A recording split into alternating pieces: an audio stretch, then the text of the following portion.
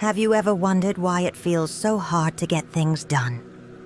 You set alarms, plan to wake up early, and vow to change your routine.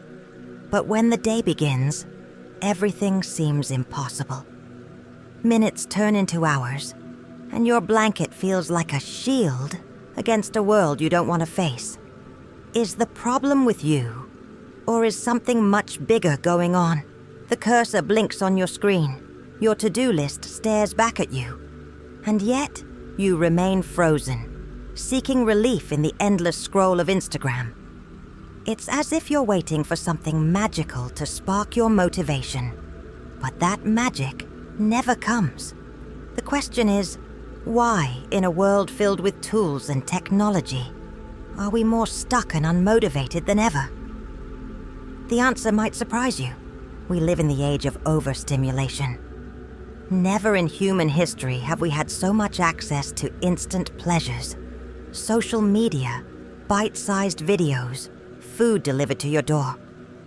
These quick pleasures hijack our minds, convincing us we're busy when, in reality, we're just running away. But what does this mean for your life? This flood of stimuli doesn't just consume your time, it changes your brain. When you chase constant pleasure, your internal scale, balancing pleasure and pain, tips out of control. It's like trying to fill a cup without realizing it has a hole in the bottom. You're always chasing the next thrill, yet never feel satisfied. Now, imagine what this does to your ability to act. Everything that requires effort feels unbearable, while instant gratification becomes irresistible. But is this entirely your fault? And more importantly, is there a way out of this cycle? Science, philosophy, and human experience offer clues. Here's the hook we'll explore in this video. The reason behind your lack of focus and motivation isn't as simple as it seems. There's something much deeper happening. Stick with me, and together we'll uncover the answer. Now that you understand the problem, let's focus on the so-called culprit everyone talks about, dopamine. If you think it's just the pleasure hormone, prepare for a surprise. Dopamine is less about pleasure itself and more about motivation. It's what pushes you to seek, act, and move forward. But what happens when this system gets out of balance? Imagine this experiment. Scientists depleted dopamine in a group of animals and placed them near a lever. If the animals pressed the lever, they'd get food or a dose of cocaine, both highly rewarding stimuli. When the lever was within reach, they used it. But as soon as the lever was moved just slightly out of reach, they stopped trying. They knew the reward was there but couldn't muster the energy to act. Sound familiar? This is what's happening to us. Our dopamine system, designed to motivate us to hunt, gather, and create, is overwhelmed by modern superstimuli. Everything we could possibly want, food, entertainment, attention, is just a tap away. And when effort isn't required, our motivation slowly disappears. A 2020 study published in Nature Neuroscience revealed that dopamine isn't about feeling good. It's about anticipating a reward. The more we rely on easy pleasures, the less our brain wants to engage with anything challenging. It's not that you lack energy. It's that your motivation system is overstimulated and unregulated. This isn't just a scientific problem. It's an existential one. Philosophically, we're trapped in a paradox. The easier life becomes, the harder it is to find meaning. We're busy consuming quick pleasures, but they're empty calories for our soul. Are we trading what really matters for fleeting moments of satisfaction? But don't worry. What we've uncovered here isn't a life sentence. It's the start of a solution. Understanding how dopamine works is the first step to regaining control. If our brains can be tricked by easy rewards, can we use that same mechanism to our advantage?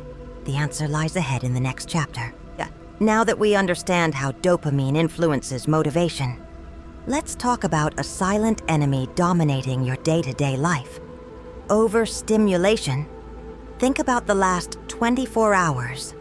How many times did you scroll through Instagram, jump from one YouTube video to the next, or get lost in notifications? Each action might seem harmless, but together, they create a storm that overwhelms your mind. We live in the era of pleasure at your fingertips. A 2023 Statista study found that TikTok users spend an average of 95 minutes per day on the platform, watching over 600 short videos designed to keep their attention. The issue? These constant stimuli don't add real value to your life, and they leave your dopamine system overstretched. Here's the catch. The more overstimulated you become, the harder it is to enjoy simple things. Reading a book, writing an email, or even going for a walk starts to feel impossible. Philosophically, this is where a disconnect happens. Our brains, built for meaning and connection, are being hijacked by artificial pleasures that leave us empty. This paralysis makes life's challenges feel insurmountable. It's not that you don't want to act. It's that your brain has been trained to prioritize instant rewards over sustained effort. Science backs this up. Constant exposure to quick, high-intensity stimuli can weaken our ability to focus and solve complex problems. Here's the existential paradox. The more we chase instant pleasure, the emptier we feel. That's why after hours on your phone or binge-watching TV, you might lie in bed feeling like a failure. Your mind knows it's busy but not fulfilled. But there's hope. The solution isn't about giving up technology. It's about changing the way you engage with it. And more importantly, it's about embracing something your brain might be avoiding: productive discomfort. That's where we're headed next. If overstimulation has trapped you in a cycle of paralysis, the way out might sound counterintuitive. Seek discomfort. No, not harmful suffering, but something we call voluntary discomfort. Choosing challenges that are difficult, but deeply rewarding. It's like resetting your internal scale by tipping it toward pain first, so you can later reap the benefits of genuine pleasure. Picture this. You decide to take a 30-minute walk every day.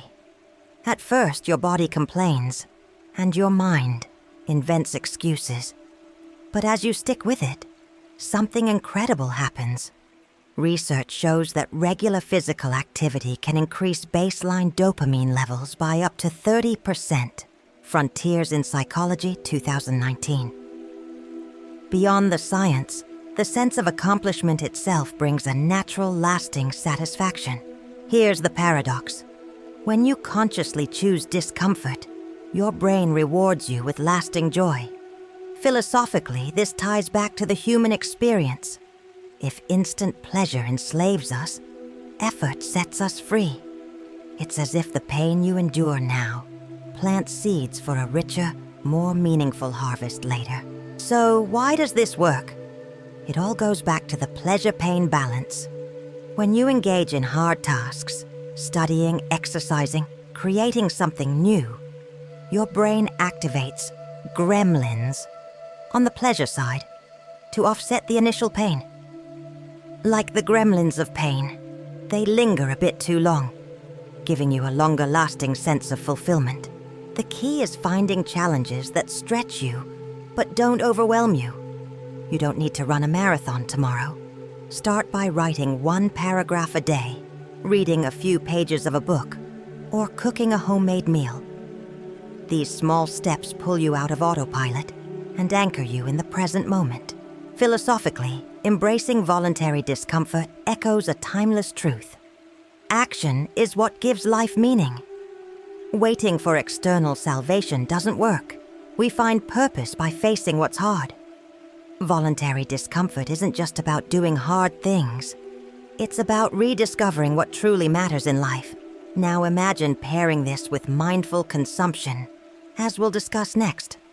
Together, these habits can create a feedback loop of growth, meaning, and control, over your overstimulated mind.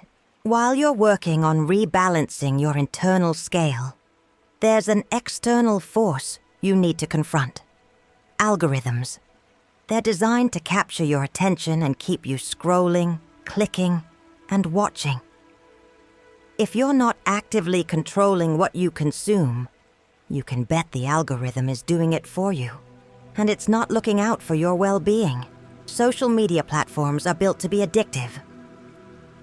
According to the Center for Humane Technology, these systems use psychological triggers to maximize your engagement, exploiting natural vulnerabilities in the human brain.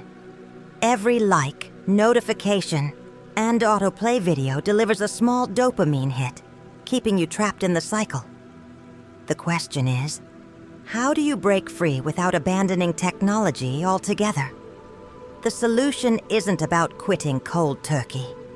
It's about mindful engagement. Instead of opening YouTube or Instagram aimlessly, ask yourself, why am I here? What do I want to achieve? Setting a clear purpose takes the power away from the algorithm and puts it back in your hands.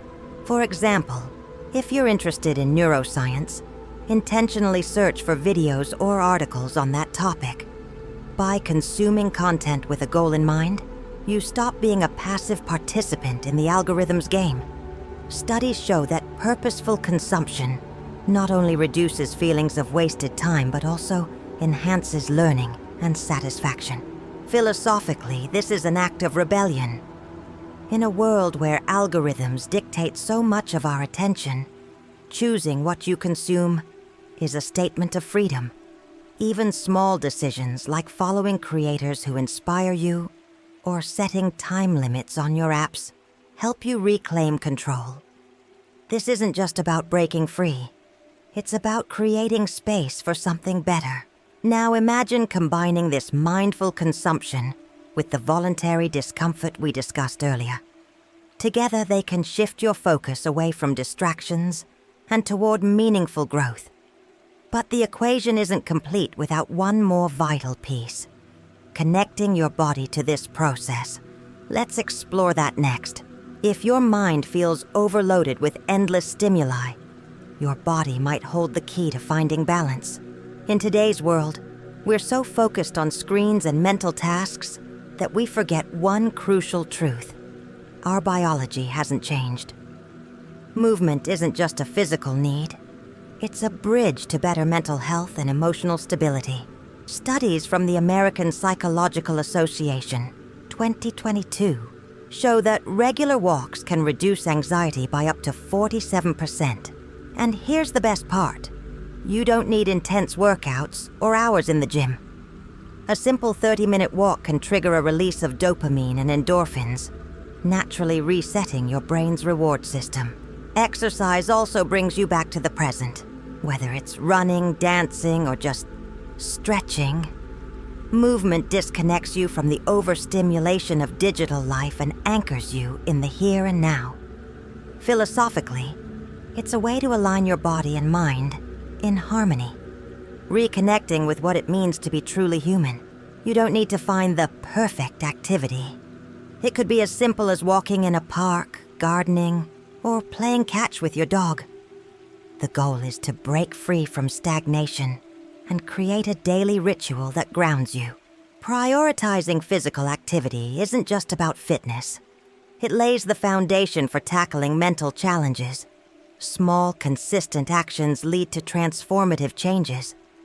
And speaking of transformation, there's one mindset shift that can reshape how you approach life itself. Let's dive into that next.